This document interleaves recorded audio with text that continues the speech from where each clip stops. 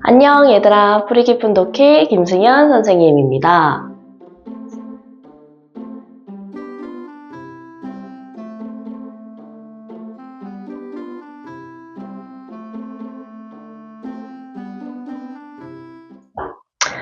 자, 얘들아, 우리가 어느덧 고려를 이제 배운 지 네 번째 시간이 됐습니다.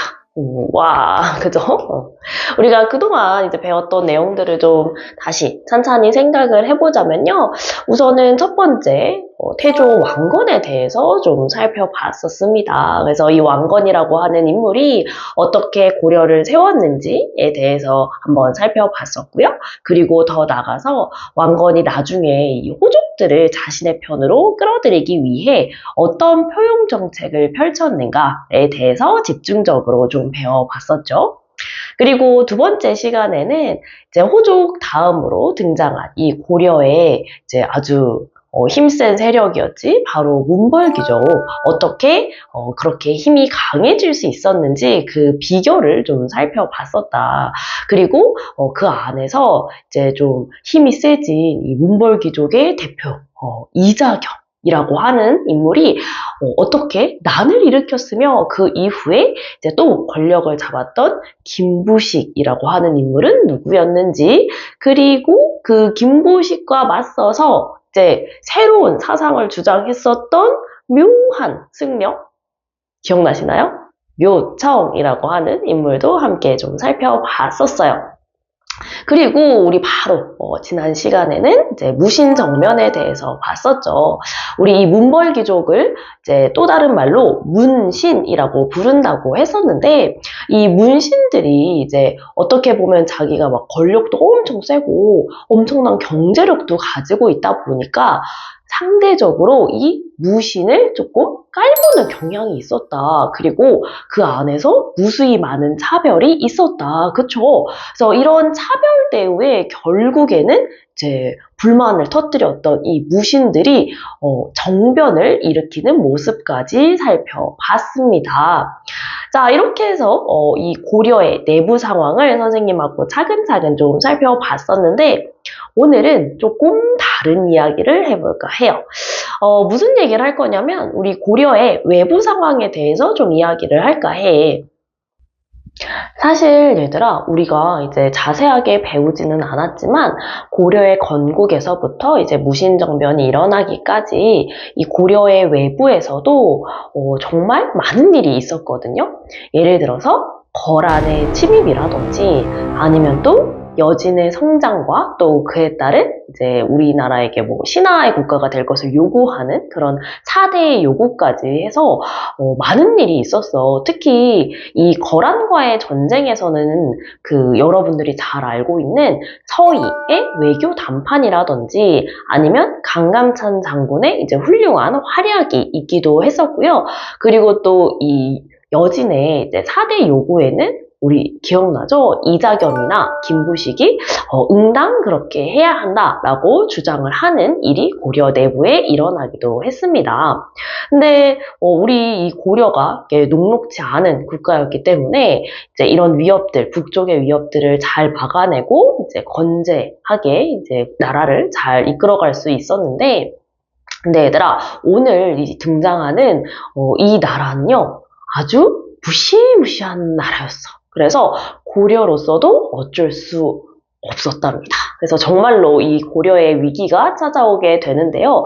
이 나라가 어디냐? 바로 몽골의 원나라입니다. 이때는 얘들아, 이 몽골에 이제 정말로 천년에 한번 나올까 말까 하는 영웅이 등장을 하게 돼. 그게 바로 누구냐면 칭기스칸입니다. 어쩜 여러분 한 번쯤 들어보셨을 수도 있을 것 같아요. 이 칭기스칸은 얘들아, 몽골의 초원에 있는 이 유목민족들을 하나로 통합하고요. 이제 거기에서 멈추지 않고 아주 큰 대제국을 세우게 됩니다. 이게 바로 원나라야, 얘들아. 우리 수업 시간에 이제 원나라의 그 지도를 한번 같이 살펴볼 건데, 정말 큰 나라야. 그리고 그 위명세가 어쩜 얘들아, 우리 아시아를 넘어서 이제 저 멀리 끝까지 뻗어 나갔거든요. 그러니까 우리 이제 몽골 밑에 있었던 우리 고려는요 정말 이제 큰 위기 상황에 봉착을 한 거죠.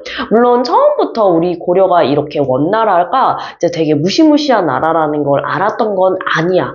근데 알게 될 수밖에 없었지. 왜? 원나라가 우리 고려를 쳐들어왔으니까. 자, 그래서 얘들아, 결국에는 이 고려가 원나라의 지배하에 놓이게 되고요. 역사적으로 살펴봤을 때 거의 80년이 넘는 이 기간 가까이 우리는 원나라의 지배를 받게 됩니다. 그래서 우리나라에도 이제 그 이후에 변한 것들이 정말 많은데요. 일단은 첫 번째, 이 왕들의 이름에는 무조건 충자를 붙였어야만 했습니다. 충을 왜 붙이냐? 충성, 충자인데요. 무슨 뜻이겠어? 원나라에 충성을 다해라. 이런 의미겠지. 그래서 우리 이 임금님들의, 그러니까 왕들의 이름에는 충자를 붙이게 됐었고, 그리고 또 두 번째로, 여기에서 그치지 않고요. 우리나라 왕들은 이 원나라의 공주와 결혼을 했었어야 합니다. 그러니까 우리가 이제 따지고 보면 원나라의 사위 국가가 된 거야. 그렇지? 이제 당연히 얘들아 사위와 장인어른 그러니까 누가 누구를 모시겠어. 사위가 이 장인어른을 어떻게 보면 공경하고 모시는 입장이잖아요. 그러니까 우리가 고려가 이 원나라의 부마국으로 전락을 하게 됩니다. 이뿐만이 아니고 당연히 이제 전쟁에서 졌고 또 우리가 이제 지배를 받게 됐으니까 이 원나라에게 공물을 바쳐야 했어요. 곡물 아니고 곡물이야 얘들아. 이제 이 곡물이라고 하는 거는 우리 조금 비교적 힘이 약한 국가가 힘이 강한 국가에게 바치는 여러 가지 물건들을 이야기하는데요.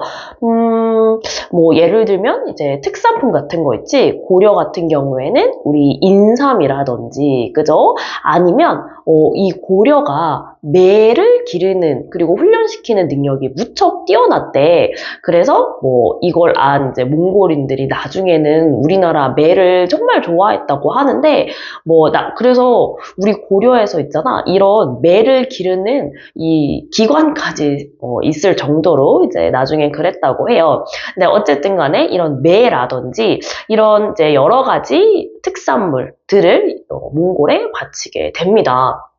그뿐만이 아니라 얘들아 우리 이제 몽골 왕궁이나 이런 데서 그러니까 궁에서 일을 할 만한 이제 사람들을 막 뽑아가기도 하고 하거든요. 그래서 공녀라고 하는데 이제 여성들을 데리고 가서 이제 몽골에서 강제로 일을 시키기도 하고 그런 일들이 일어나게 됩니다. 그뿐만이 아니라요. 이 여러 가지 풍습도 이제 서로 들어오게 되는데 우리 몽골에서 들어온 그런 풍습을 몽골풍이라고 합니다. 여러분 그 책 있잖아요. 맨 뒤에 제가 이제 항상 읽기 자료를 넣어놓는데 거기에 보면 나와 있어. 여러 가지 이제 몽골에서 들어온 풍습들이 남아 있는 게 이제 어떤 것들이 있는지 나와 있는데 읽다 보면 상당히 재밌는 부분도 많아요. 설렁탕 같은 것도 얘들아 이제 우리가 그때 몽골에서 들어왔다고 하고 그리고 여러분들이 지금 보면 이제 멋있다고 생각하지 않는 변발 헤어스타일도 그때 당시에는 좀 유행을 했다고 하니 놀랍죠? 어쨌든 이렇게 문화가 많이 들어온다. 근데 또 반대로 이 고려의 문화가 또 몽골에 이제 퍼지게 되기도 한다고 합니다. 그래서 이런 얘들아 이제 원간섭기라고 하는 시기가 이 고려에 찾아오게 됩니다. 근데 요 이제 자세한 내용은 우리가 수업 시간에 한번 더 다뤄볼 거거든요. 특히나 이 몽골이라고 하는 제국이 우리 고려에 쳐들어왔을 때 어떤 일이 있었는지를 삼별초를 중심으로 알아볼까 해요. 그래서 여러분들이 이제 삼별초 관련된 책을 읽고 오면 우리가 이 삼별초가 과연 어떤 단체였는지 좀 한번 알아보고 또 실제로 몽골군이 얼마나 무시무시했고 왜 우리 고려가 이제 원간섭기에 들어설 수밖에 없었는지까지 한번 같이 살펴보도록 하겠습니다. 자, 오늘은 얘들아 조금 영상이 길었네요. 보느라 너무너무 고생했고요. 다음에 수업 시간에 이제 보고 우리 오늘 배웠던 내용을 다시 한번 나눠봅시다. 수고했어요.